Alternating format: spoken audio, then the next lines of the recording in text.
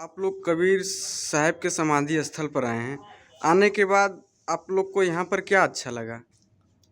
पहली चीज़ तो आप सभी को सत साहिब। हम देखो राजस्थान मारवाड़ से हैं, नागौर ज़िला, लाडनू तहसील, और ये गुरु भाई है मेड़ता तहसील से। तो हम काफ़ी टाइम से वैसे हम भजन कीर्तन करते हैं, शब्द वाणी कबीर साहब जी की बोलते हैं। तो हमें इनके बारे में ज़्यादा नहीं, थोड़ा बहुत अनुभव है। और कुछ यहाँ की हमारे को चर्चाएं काफ़ी टाइम से, काफ़ी वर्षों से हम सुन रहे हैं। जो समाधि स्थल के बारे में जो इतिहास रहा है, उनके बारे में भी हम थोड़ा बहुत जानते हैं। तो पहली चीज़ तो यहाँ आने के बाद में यहाँ के मानवों से मिलकर हमारे को बहुत ही अच्छा मिला। और यहाँ के लोगों के अंदर बहुत ज़्यादा प्रेम है। जैसे संत कबीरदास जी महाराज हुए थे, उसी टाइप से अच्छे विचारों का है ये। तो हमारे को, हम प्रयागराज से तीर्थ करके आए थे, तो हम गोरखपुर गए थे।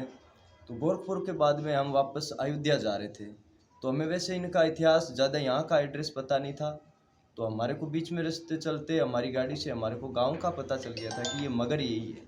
तो वहीं पे हमने अपनी गाड़ी रोकी और वहाँ पे पूरी डिटेल निकाली कि मगर यही है या उन नाम से कोई दूसरा गांव है।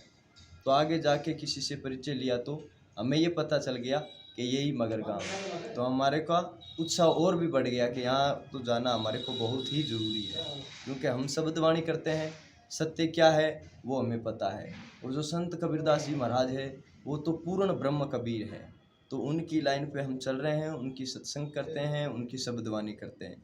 और यहाँ आके हमारे को बहुत अच्छा लगा। तो पहली बार तो ये कहना चाहेंगे कि सत साहिब सबको, कि हम गोरखपुर से निकल रहे थे और कबीर साहब का हमारे को वैसे पहले भी है, क्यों कबीर साहब की वाणी तो हर संत जानते हैं, चाहे अखाड़े वाले हों, चाहे छोटे चाहे बड़े। जो सत्संगी लोग होते हैं तो कबीर साहब की वाणी से जरूर उनके परिचय होते हैं। तो हमने तो बहुत वाणी गाई है गुरु कृपा से। तो हमारे को वैसे ही पता था कि भाई मगर गांव के अंदर एक स्थल समाधि है कबीर साहब की, जहाँ समाधि भी तो है और मस्जिद भी है, दोनों चीज़ें।